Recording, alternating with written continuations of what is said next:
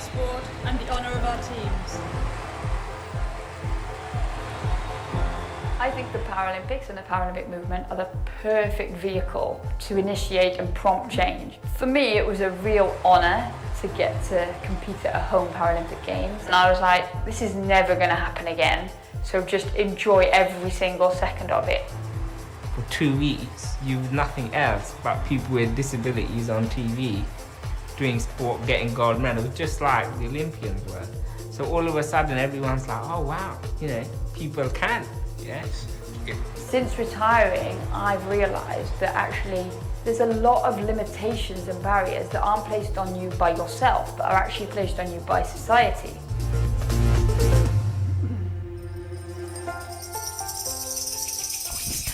A lot of the time, disabled people will be sat at home looking at roles and not knowing if they can apply for them. Recently, I set up a company that is run entirely by people with impairment so that they can work remotely and with flexible hours as consultants or resources from anywhere in the world. Earlier on this year, she got in touch with me and said, would you like to be involved? And I jumped at the chance because one, it's employment, but it's not just employment, it's employment with somebody who understands the nature of disability firsthand. Hi, John. Yeah. When I'm telling Liz, oh, this might be a little bit difficult, I don't have to explain myself. She knows why already. I know that my team are strong and I know that they want to succeed and they will succeed. And so hopefully when they do, the model itself will filter down through other organisations. As somebody with a disability, when you employ, people expect much more of you. We are all human beings, so we can all meet the same benchmarks. It's just we do it in different ways.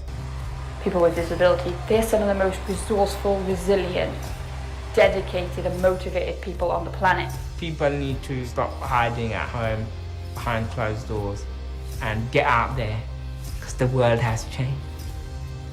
Employ persons with disabilities now. It's good for you, it's good for them, it's good for us all.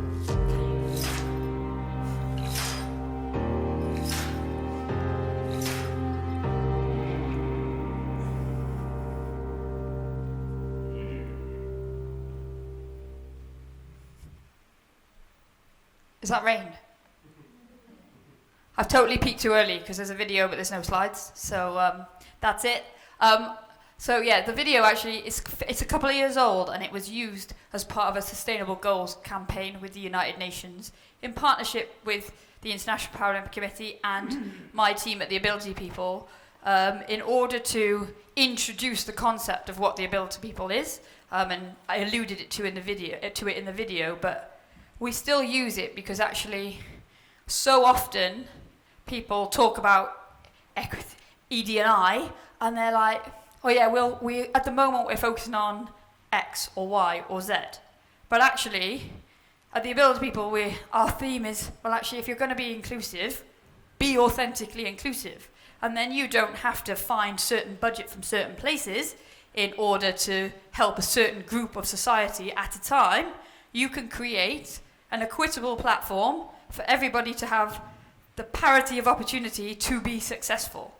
And if that happens to mean that you're a recruiter, then that opens doors to a wider talent pool and you'll end up with a bonus because you'll end up with the best people being placed regardless of who they are, where they're from, or what their life experience is.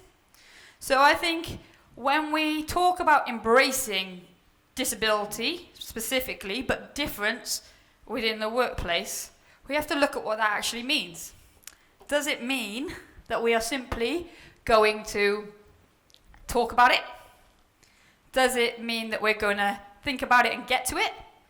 Does it mean that we're going to prioritize in a certain order?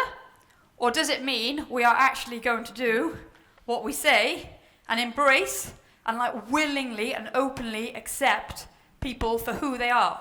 That's not to say you have to give everyone a job, but that's to say you give the right person the right job and actually give them the chance to show you that they're the right person for that job. Because when we talk about embracing people, or things or objects or gifts, whatever it is you're going to experiences, whatever you're going to embrace, we are talking about openly and willingly accepting whatever we're talking about. And that's the key. Because we so often, we primarily come at it at the ability people from an angle of disability, because everybody within the team, and some of them are here today. What stand are we? Stand 30, is that right? If you want to come and chat to them, you can. But we come at it from that angle. And the reason that we come at it from a disability angle is because that's what we know. That's what we can represent. And that's what we can help contextualize. But actually, in doing so, we've realized that we've opened the floodgates for all other demographics as well. Because nobody has ever discriminated against me because I'm female. Nobody cares. Because they care more that I have a disability. They care more that I might not do things like they do. So they focus on that point. And Adil, what do people focus on with you? I've thrown you in at the deep end here. My race. Yeah, do they focus on your race or do they focus on your wheelchair? Exactly. So, but if you ask somebody else who maybe is of a different race, who isn't in a wheelchair, using a wheelchair or missing a limb or with a guide dog, then they would focus on the race. And if you spoke to a female who is white, then that's what they focus on. So the point is, inclusion, let's just go for it. Let's just be inclusive. Let's normalize differences within the workplace, within society. Because how many people in this room, put your hand up if you're an Olympian?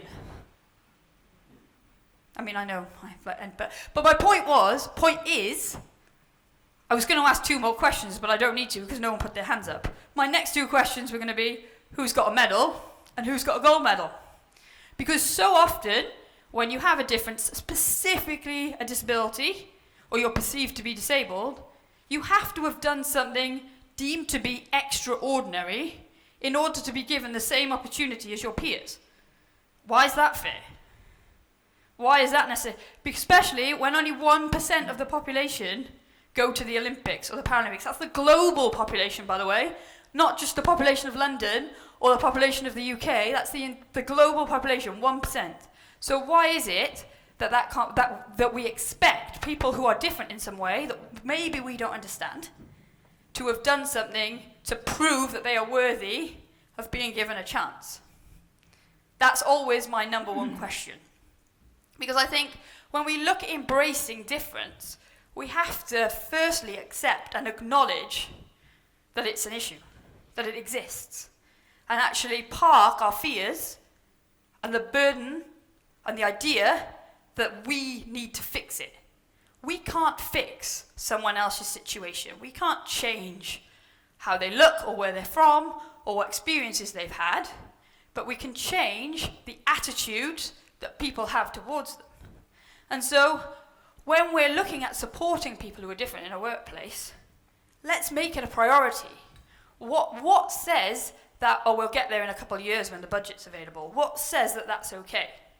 Because if we're judging people, then we've got this hierarchy system that means that you're more worthy than you, or you're more worthy than you. Who decides that? Society has decided that. And there was a time, in 1500 maybe, where we didn't have the information available that we have now. So it was maybe acceptable that we were of the opinion or the belief that if somebody wasn't born in a specific way or something happened to them that made them a different way, then they weren't as capable.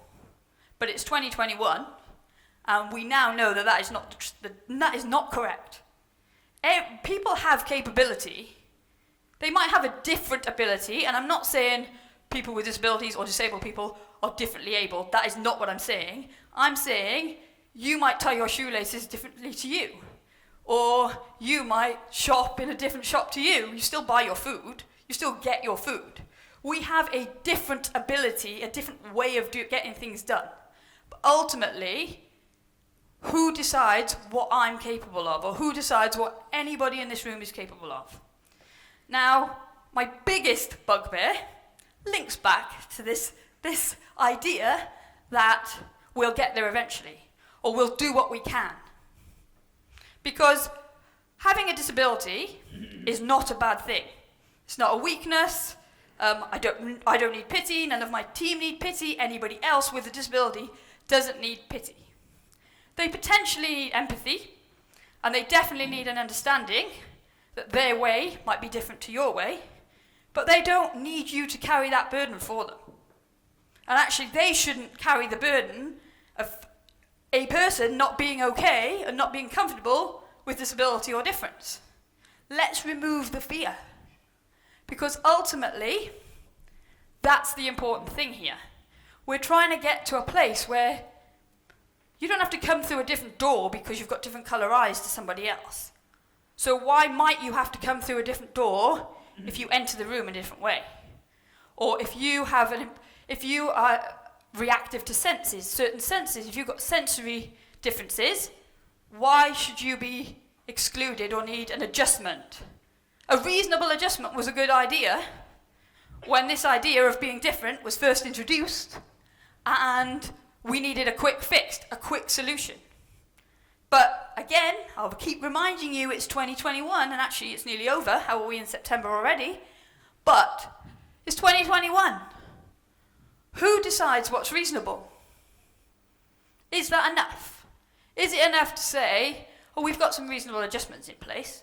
What if your reasonable adjustment isn't appropriate for the individual that requires it? What if the person that would benefit from the reasonable adjustment doesn't have a diagnosis, doesn't have the key to unlock the magic reasonable adjustment? What then? And so I guess what I'm trying to say is, when we look at disability and supporting and embracing disability within the workplace, we need to look at 4 things. We need to look at how is it represented in our organisation, because I would love to change the whole world, but we've got to take small steps. So we'll start with the organisation, or even your team, or even your household. How is disability represented? How is it understood?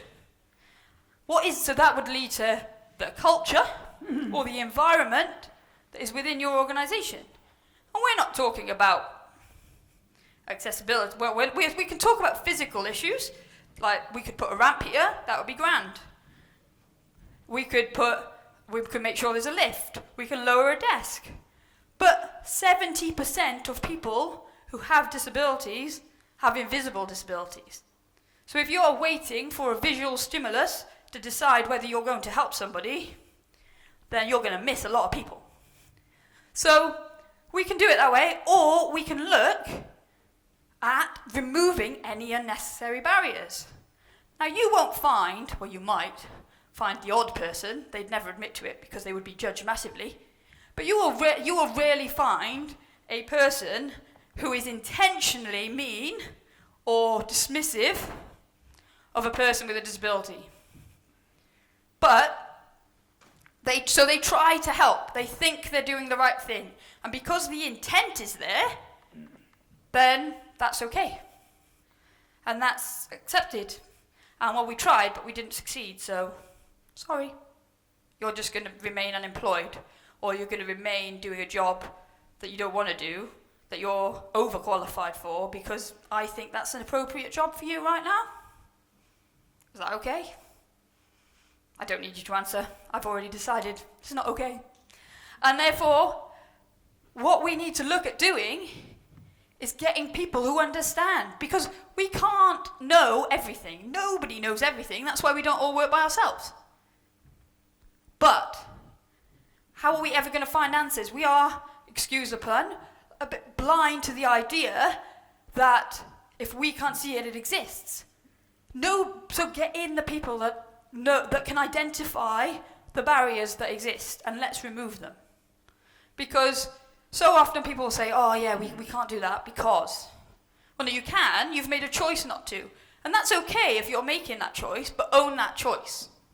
And say, we're not in a position, or we're not doing it because. Because actually, in doing that, you're showing your intent. And That's where, when we embrace people who are different, we embrace people with disabilities, we embrace people who become disabled because of the society that they're living in, that's where we're not embracing them, we're just thinking about the idea. And we want to feel good about ourselves, so we're going to tell you we've done everything we can. And for me, that's the biggest frustration, is actually, we can do all of this together. It's not as difficult as people see. Of course we think it's difficult, because we're trying to fix a problem. I'm not talking about we now, because this is actually the stuff we do know about.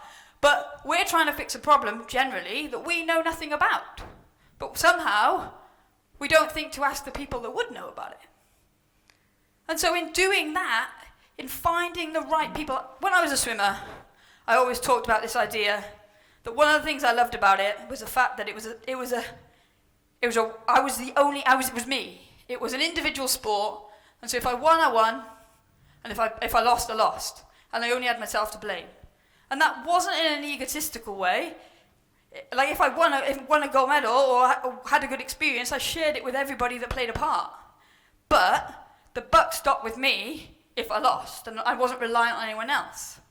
But then, for my biggest moment that I'd waited my whole life for, 6 months before I hurt my shoulder, my good arm, the only one that I could really, my best limb, this left arm, and I hurt my shoulder and I couldn't swim breaststroke, which was my only stroke. I was a one-trick pony for 6 months before the Paralympics in Beijing in 2008.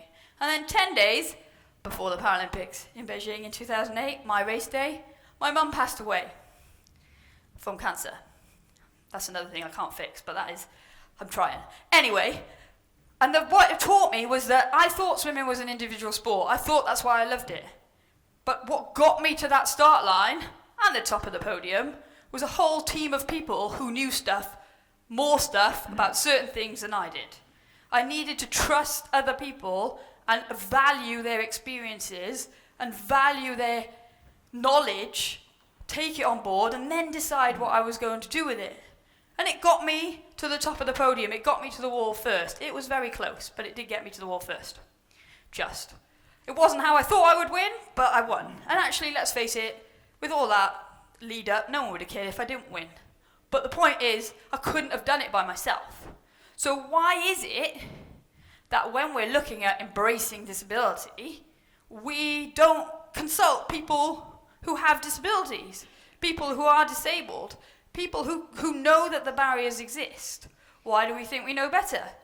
And I guess what I want to say is what we do at the Ability People is we don't do it like everybody else, because people have been doing it for 30 years and nothing's really changed. And the whole reason that the Ability People exist in the first place is because I heard a stat on the news when I got in one night that said the employment gap for people with disabilities, this was back in 2017, had been over 30% for over a decade. So people who were disabled in some way were twice as likely to be unemployed as an able-bodied person, non-disabled person. Call them whatever you want. Choose your terminology. It's up to you. Whatever you're comfortable with. But essentially, those that don't have disabilities were more likely to be employed. And that frustrated me a little bit, but what frustrated me more than anything was the fact that number had not moved in over a decade. So I was like, well, why is this? Is it because people don't care? Is it because people have given up the fight? Is it because people don't want to work? Is it because people can't work? You can keep going with the list of reasons I tried to explore, and the answer is a combination of them all. But the biggest barrier I noticed was the misconception of what having a disability actually means, and the misconception about what it means to be disabled. And again, I'll go back to the point that we don't know everything, and that's okay, but it's not an excuse. Ignorance is not an excuse to embrace people who are not like you. And so TAP was born so that we could help people understand what it's like to be different, but still be able to achieve. Because, okay, there are a few members of the team that are Paralympians. There are a couple that are Paralympic champions. But that's not because they got Paralympic gold medals or they went to the Paralympics. That's because they are united in this fight to change the idea that actually meaningful employment is an opportunity, is a right that we should all have. And they want to help the wider world understand that. So like I said, at TAP, we don't come in and tell you what to do. We don't even tell you what you're doing wrong. We try to work with you and work with people to make them feel more comfortable about difference, to make them feel more confident about talking to people, interacting with people who are not like them. And it doesn't just benefit your workforce or your talent pools that have a disability or are disabled in some way. It benefits everybody. Because if you normalise difference as a whole and you remove any unnecessary barriers and you create an authentically inclusive environment, then you're going to attract the right people to work for you, and you actually get more choice for who you pick. And it's hard in recruitment. It's really hard because the way recruitment works is we've got a gap. We need to fill it. We need to fill it fast. Get me someone like I had before, or get me someone that's going to be able to do the job. And there's no time, or we think there's no time, to deviate from the norm, in inverted commas, or what is typical for that role. But actually, what we try to do at TAP is equip you so that you can do that. You've got the confidence to do that in your role, or in any role within an organisation. And I'm obviously trying to get my step count up. But it's more that if I stand still, I'll fall over, so I'm just going to keep moving. So we equip you so that what you do in your roles every day expands to be able to work for everybody. And it's okay. It makes sense not to understand people who are different to you. And my husband's Brazilian. And if we do ever work with any of you, you'll hear far more stories. But the point is, his culture is completely different to mine. And I only really met him because we were swimming together. And the amount of times that in the beginning of our relationship, things would happen, I'd be like, why are we doing it like this? And because we've always done it like this. And then he would come here and be like, why is it happening like this? I'm like, well, this is how we do it. I don't know. And similarly, we've all got bias. We're all born with bias. We are not born with bias, but we develop it. And again, some of it is more detrimental than others. I am a Liverpool fan. Therefore, I meet a Man United fan, and I instantly make a decision about them. My best friend supports Man United, so I can say it. I valid it is fine. But the point is, I don't let it, I'm aware of it. I know it's there, and then I don't let it affect my decisions and my actions around that person. I just have to get over the fact first. So we all have bias. It's learned, and we all have unconscious bias, but it's only unconscious for a very small amount of time. So it's okay to have it in some shape or form, but it's not okay to let it influence your actions, your decisions that impact somebody else. And so I don't want you to think that we, at the Ability People, like I said, we don't come in and tell you what to do. We don't blame you. We just try to increase your education, your exposure, and your empathy to what it's like to be different. Because we are all different, and it's just that some differences are more socially acceptable than others. And who decides that? Because I'll tell you one more time, just in case you didn't know it's 2021. It is 2021, and we have got a wealth of resources and knowledge at our disposal, so together we can change the world. We can't do it by ourselves, and we can't do it in a day. But if we all agree that it's no longer okay to accept, you can call it discrimination if you want. I think more often than not, it's ignorance, but it's not ignorant, it's not intended ignorance. It's a genuine misunderstanding and misconception of what disability is. So together we can change the world for so many people, because again, being disabled or having a disability is the one thing that none of us are immune to. anybody can become disabled at any time. And anybody can be disabled for a number of reasons. So if you only take one thing, I guess, away from what I'm saying today, it would be this idea of reasonable adjustments. What is reasonable? Who decides it? And how would you feel if you could not unlock the reasonable adjustment that you needed to be successful? Because ultimately, at the moment, we live in a world that doesn't have a balance of power. We live in a world where if you are perceived to be in a minority, then you are reliant on somebody else who quite often isn't as good as you. I mean, we were talking about girls' football, or girls' cricket, or girls' rugby, and the fact that actually still a lot of girls have to play in the boys' school team, and then if they do well and they become the captain, well, that's tokenism. Not possibly because that girl is better than every other boy on the team, but she's finally been given a chance to show it. So why can't we create that together? So when we are looking to embrace workers who are different to ourselves, specifically those with disabilities, I guess all I implore is that you acknowledge that it exists, you park your own ego, because that is a lot of it, is sometimes we don't want to look stupid, we don't want to say the wrong thing, we don't want to offend, and we don't want to make a mistake. But if you create a culture and an environment where your organisation or your team are doing their very, very best, hand on heart very best, not very best to get an accreditation or to tick a box or it looks good on paper, your very, very best, then people will afford you the room to have those conversations and make those mistakes. And ultimately, I guess, obviously I'm going to say this, my team are the best, and we can help you do that. But we're not for everybody, and we understand that, and that's okay too. But it's this idea that there is not a formula. It's not ABC equals 1, 2, 3.